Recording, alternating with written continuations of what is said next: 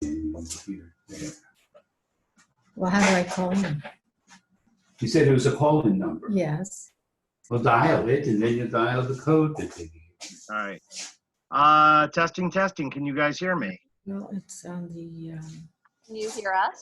Where is it? I Here it can is. hear you. Here it is. Awesome. Please phone. Okay, thank you, Justin. All right, we'll give it another. When you need a call, then you got to put in that Another ID two. followed by a pound sign. Well, how do I call here? You don't. You call from your phone. You listen through the phone. Oh, because I said listen through the other one. I know. I don't know why it's not coming through. Right. You can listen through the phone, or you can go on your computer. 929. But we'll ask folks once we get started to mute their mics, 99. except when they Meeting ID is want to have a question 878 or ask. 1509645. Okay.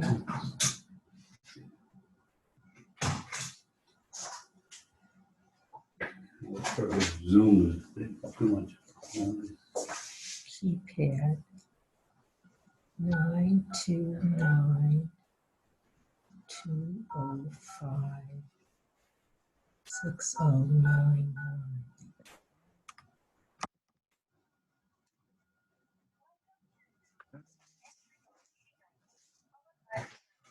All right, let's see.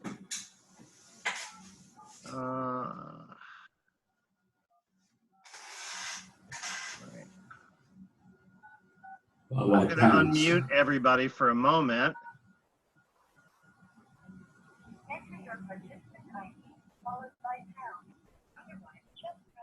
All right. Can everybody who's listening or who can see me hear me? Yes. Yes, Okay. How are you? wonderful. Good to see you. You too. There still are several people who are, okay, a couple more coming on.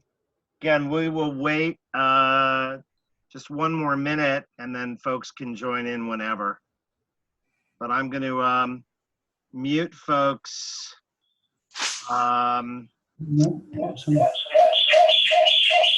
it sounds like it's coming through the door. Whoa. Yeah, but you need to mute them all. And Yeah.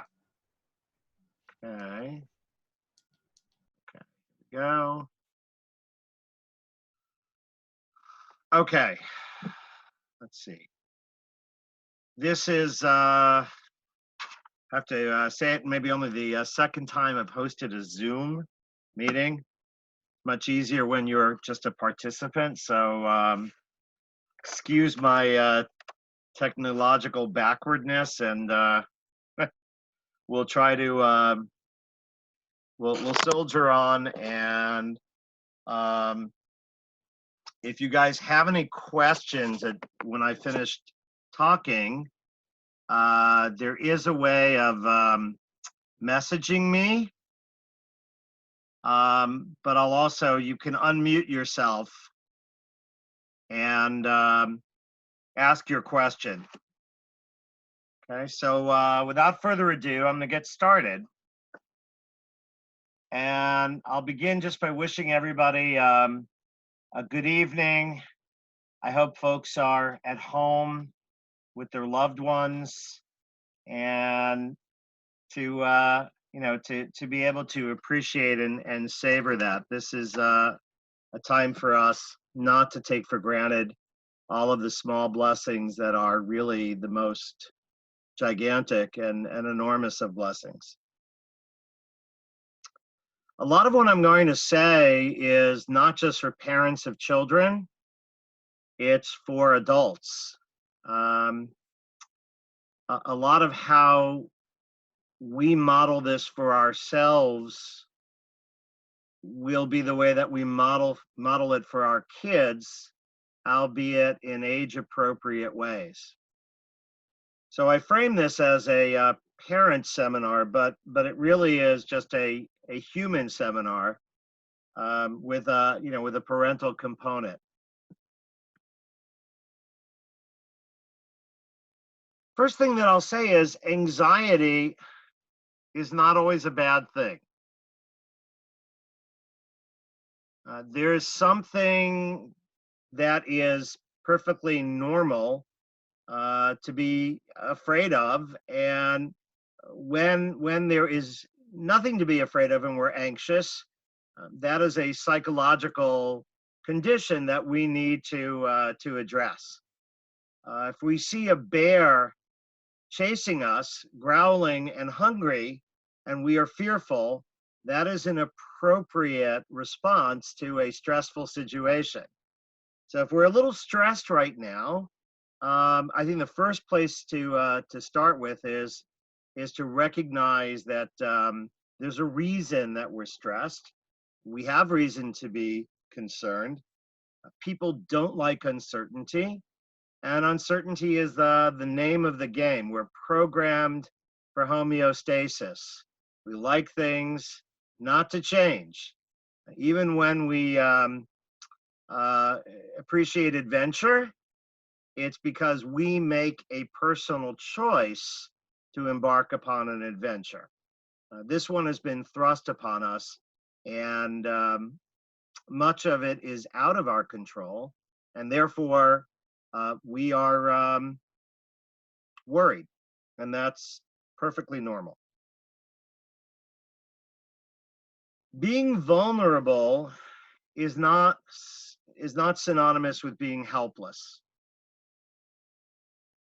I think it's very important that whether we're talking to our children or to ourselves or to our spouses, that we reinforce those things that are under our control.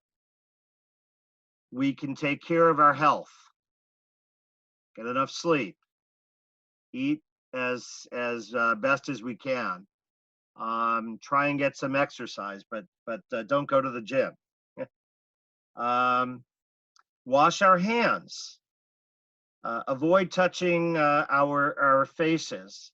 And we can do these things in a way that reminds ourselves and our children that we do have a significant measure of control over life.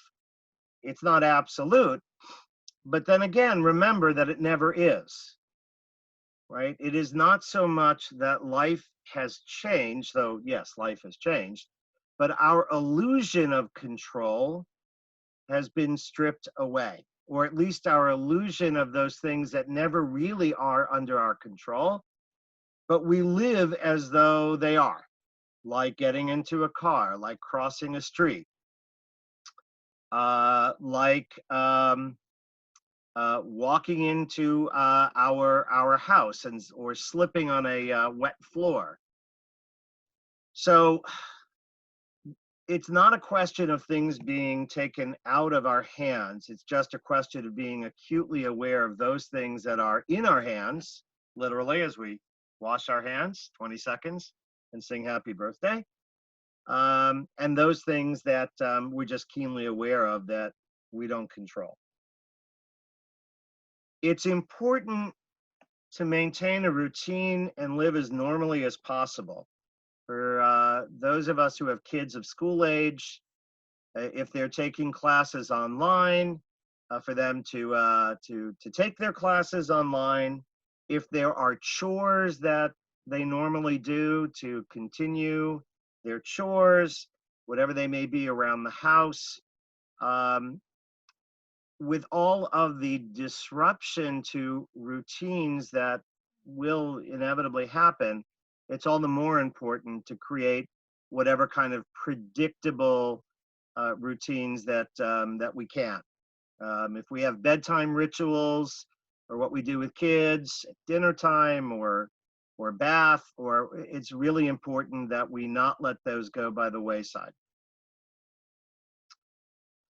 With our kids, and this will depend on the age of our children, we have to be honest, not evasive, not alarmist. in an age-appropriate way, we need to find out what our kids are thinking and what they want to know. And if we don't know the answers as individuals, we can research those answers together. I would caution all of us as parents, our instinct is to protect kids. When I was growing up, when I was a small child in the 1960s, parents did not take children to funerals. And they would often use coded language about death in such a way as to not use the word death. Parents would often, not share. There was a time when saying the word cancer was a terrible word, and you didn't say it. The idea was you could shield and protect children by evading the reality. Here's the problem. Imagination will take over where information does not exist. And if you try to hermetically seal off your children from the reality of life, some of you may have read the book, The Blessing of a Skinned Knee by Dr. Wendy Mogul. I would recommend it. It's a really good book if you haven't. Allowing our children to encounter those things that are scary is simply preparing them for real life. We can help model it and control it so that when they grow up, they have a healthy mechanism for doing the same. So that doesn't mean that, you hand them a smartphone and tell them to go to town, right? We still have to navigate or help them navigate the info. There are sensationalist websites, and there's a lot of misinformation out there. There are a lot of folks who are portraying doomsday scenarios. Those are websites to be avoided, not just for our kids, but for ourselves, right? The task is to manage the information, not to block it out. The other thing is, don't falsely reassure kids. Richard Broomfield, who's a psychologist at Harvard Medical School, speaks about balancing assurance with empathy for the worry that our kids are doing, right? We have to model that for our kids. You can't tell them that everything will be okay. Why? Because we don't know that everything will be okay. We know that the chances of transmission are very small. We know that children and young folks who are healthy are at far, far less risk. But we can't make promises that we can't keep. If anything, that makes it worse. We can reassure children in an honest way, saying, look, I don't know what will happen, but I know that we're together, and there are lots of great people who are working on finding medicines and a vaccine. And in the meantime, we're going to do everything we can to keep ourselves and our families safe. And you can help us do that. How we phrase that is obviously age dependent. When we have a toddler, their curiosity may be of a very limited level, at a very limited, we don't need to furnish them more information than they can handle. No one knows your child better than you. There are some children who are unusually aware and sensitive, and may be beyond their age and understanding intellectually or emotionally. There may be other kids who are totally oblivious. There is no right level of awareness or worry.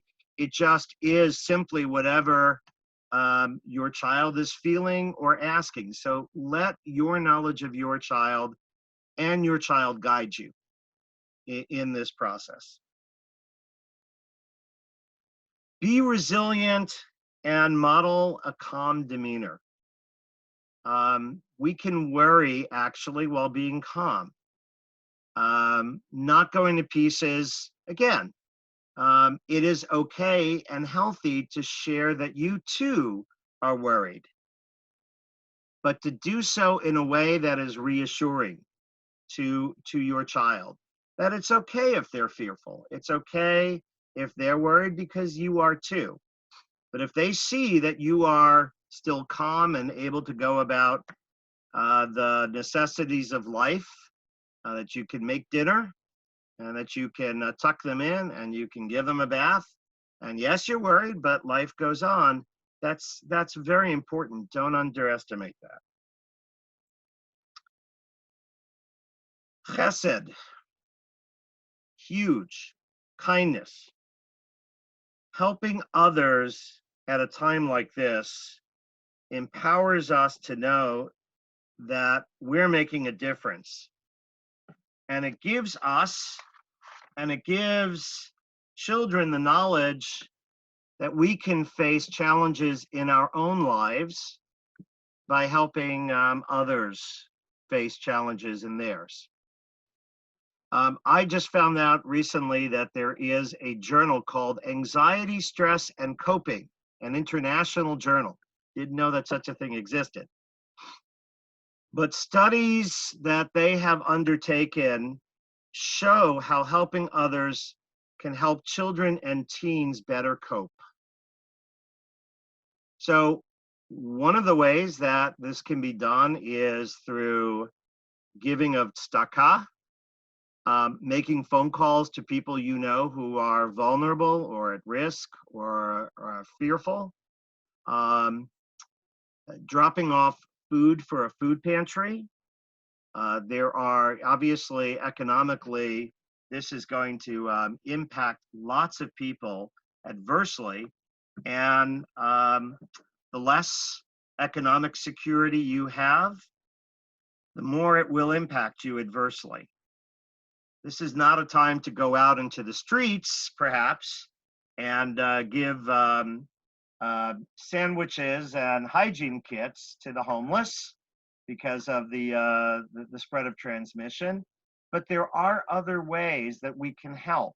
And in doing so, we don't simply distract from our own sense of vulnerability. We actually end up feeling more empowered. It is amazing what chesed can do for ourselves. Aside from the fact that it is a mitzvah commandment from the Torah, I'm not saying it just as a coping strategy. I'm saying it because it really matters at times when the chips are down and we are commanded to help other people. Even something like choosing not to attend a play, a program, right? Most things are canceled, but not going to visit Zadie and Bubby right now may be an act of chesed if they are vulnerable and at risk. Helping our children understand that even that decision of washing their hands thoroughly may help someone else, like you, stay healthy is an act of chesed. So even the things that we might not associate with compassion and kindness are. Underscore that message and remember it for yourselves as well. Next, I would say it's important that we not obsess. Checking our news feed for the latest bulletin every 10 minutes, bad idea. It creates an obsession, and as we see different nuances and different stories, it sows the seeds of confusion.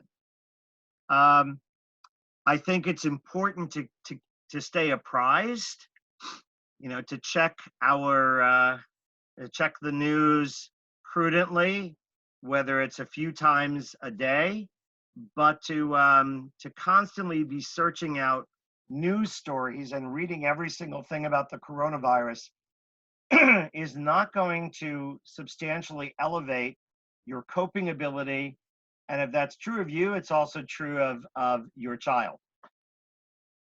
The more that we can maintain that these are days where we can find things to do as families that are good and healthy distractions, it's a good thing. Shabbat is a gift. Turn your phones off on Shabbat, regardless of whether you observe the Sabbath or not. I did it yesterday, as I do it every week. And you know what? When I turned my phone back on Saturday night, all of the news was still waiting to be read, but it didn't change anything, except for the fact that I took a news break and had a chance to refresh and hit the reset button mentally, emotionally, and spiritually. Don't underestimate Shabbat. Excuse me. Looking for, things that you can do as family without obviously increasing your risk. Take a walk, garden, if you have a garden. Put a movie on, you have Netflix or Prime. Look for those opportunities that you can do things together with your children and as a family. It's amazing how much we forget that some of the most enjoyable and wonderful things do not require that we go out of our house and spend lots of money at restaurants or in theaters or at clubs or at shows. Just a couple of other things, and then I'll open it up to questions and thoughts and conversation. Prayer.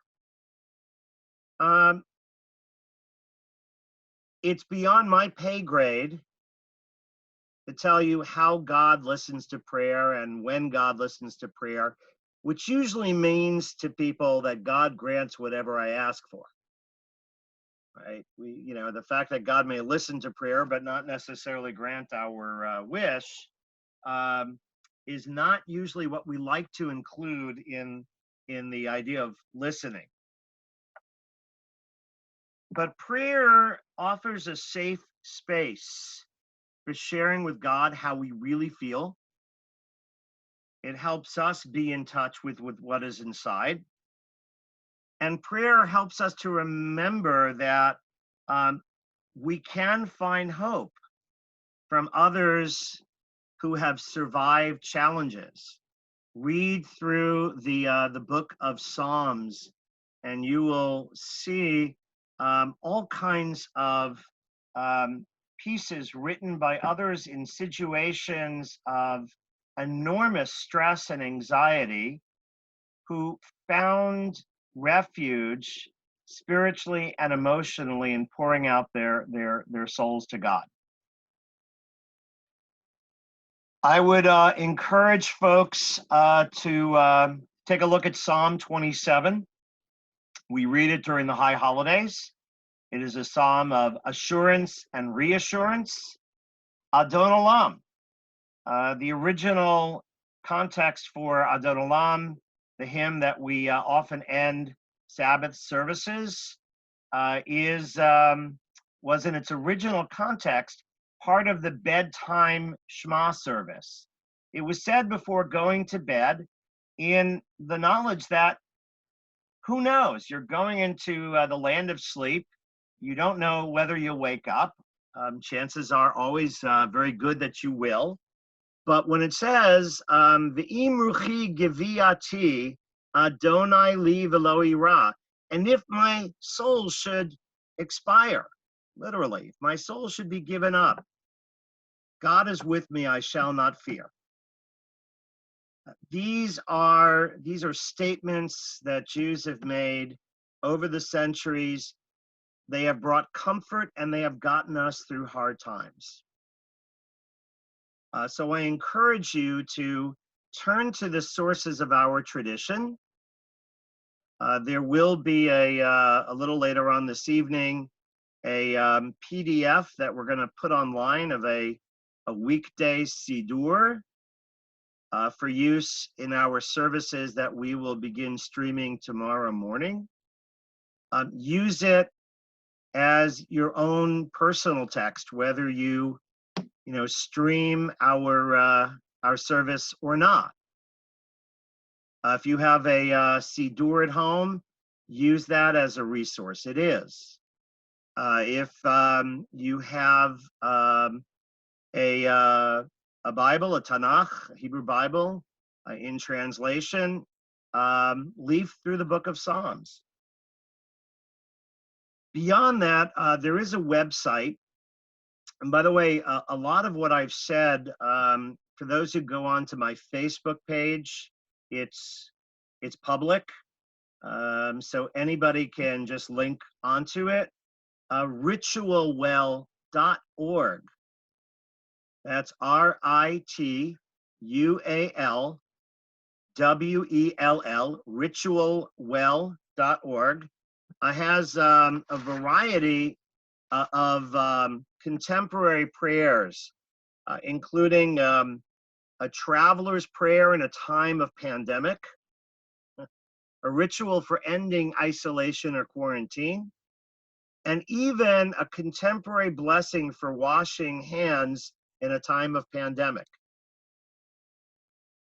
These are ways of connecting with others who are likely to have experienced and are expressing the same things that you are doing. But ritual is a way that we can connect them with something deeper and more spiritual.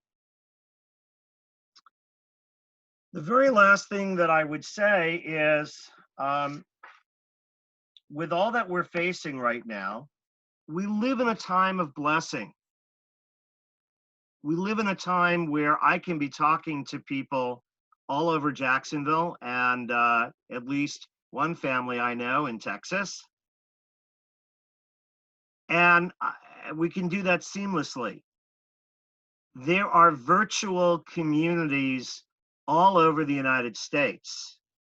You don't need to belong to access them. So in a time of physical separation, we certainly don't need to go through spiritual isolation. Community is a huge, huge antidote. The more that we are thinking of one another, the more empowered we are, and the more likely we are to make decisions that will help one another. Not only in the coping, but even in thinking about what we do not to spread the virus. I believe that people are basically good and decent. Not everyone, but that in general people are. And if you go onto my Facebook page, you'll see an opinion piece from the New York Times about the aftermath of the Great Alaska Earthquake of 1964. In 1964, Anchorage was hit by a 9.2 earthquake, 9.2 on the Richter scale. That's huge. Now, Anchorage wasn't New York City, but it was a significantly sized town of 100,000 people. It took days, long before the internet, for the federal government to be able to organize a response. People in Anchorage didn't loot, panic, price gouge, or go running and screaming. Instead, without any direction from above, spontaneously, they worked together to begin digging the city out. You may have seen the Broadway show Come From Away.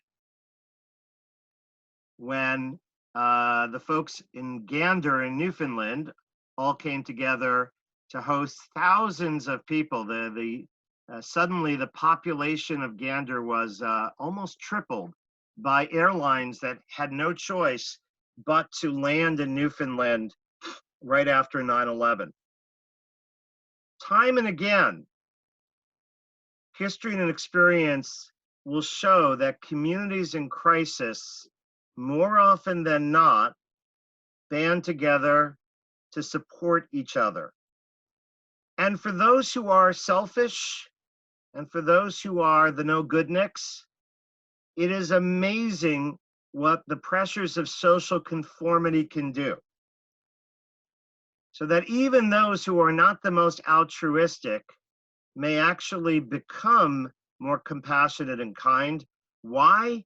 Because it puts them on the right side of the majority. But whatever the case may be, this is a time for us to believe in one another and to believe that God has given us the tools that we need, not to make this magically go away, but the tools that we need to get through this and see the other side, and to come out of it stronger, better, wiser, and more compassionate. That's not being Pollyannish. That is what Judaism teaches. Judaism is nothing if not the religion of eternal optimists. And if that weren't so, we wouldn't be here today. We wouldn't have survived all of the things and the decks that were stacked against us through the ages. So with that being said, I do see there's, let's see, there's a chat there. Okay, somebody who might have two audio connections. I don't see that. But if there are questions, you can just hit where it says chat and send a question, and then I can unmute you. And I'll be happy to do that. Or a comment or anything else.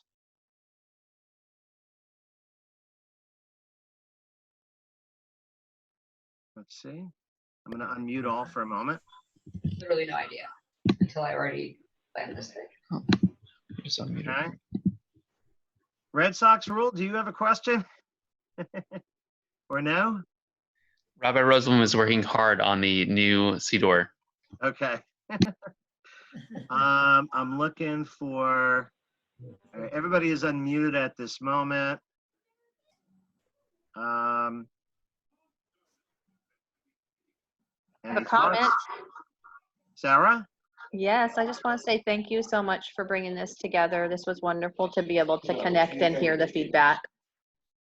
Well, I appreciate your being on the line. It's really great to see you and Mike, and wow, it's amazing to see your Yes. family growing. That glow behind my head is not sainthood. I would never have guessed that, Mike. Not much has By changed the way, there. by the way, knowing you the way you know me, I wouldn't think you'd guess it. I think that this, through a time of hardship has actually brought a good opportunity, like you mentioned earlier.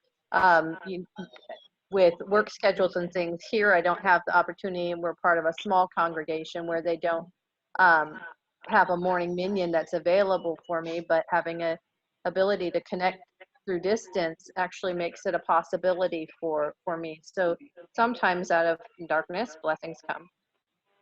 Right. Well, we will be having an online service, not a full minion, but 8 a.m. and 8 p.m. starting tomorrow. And you are more than welcome to connect via Zoom.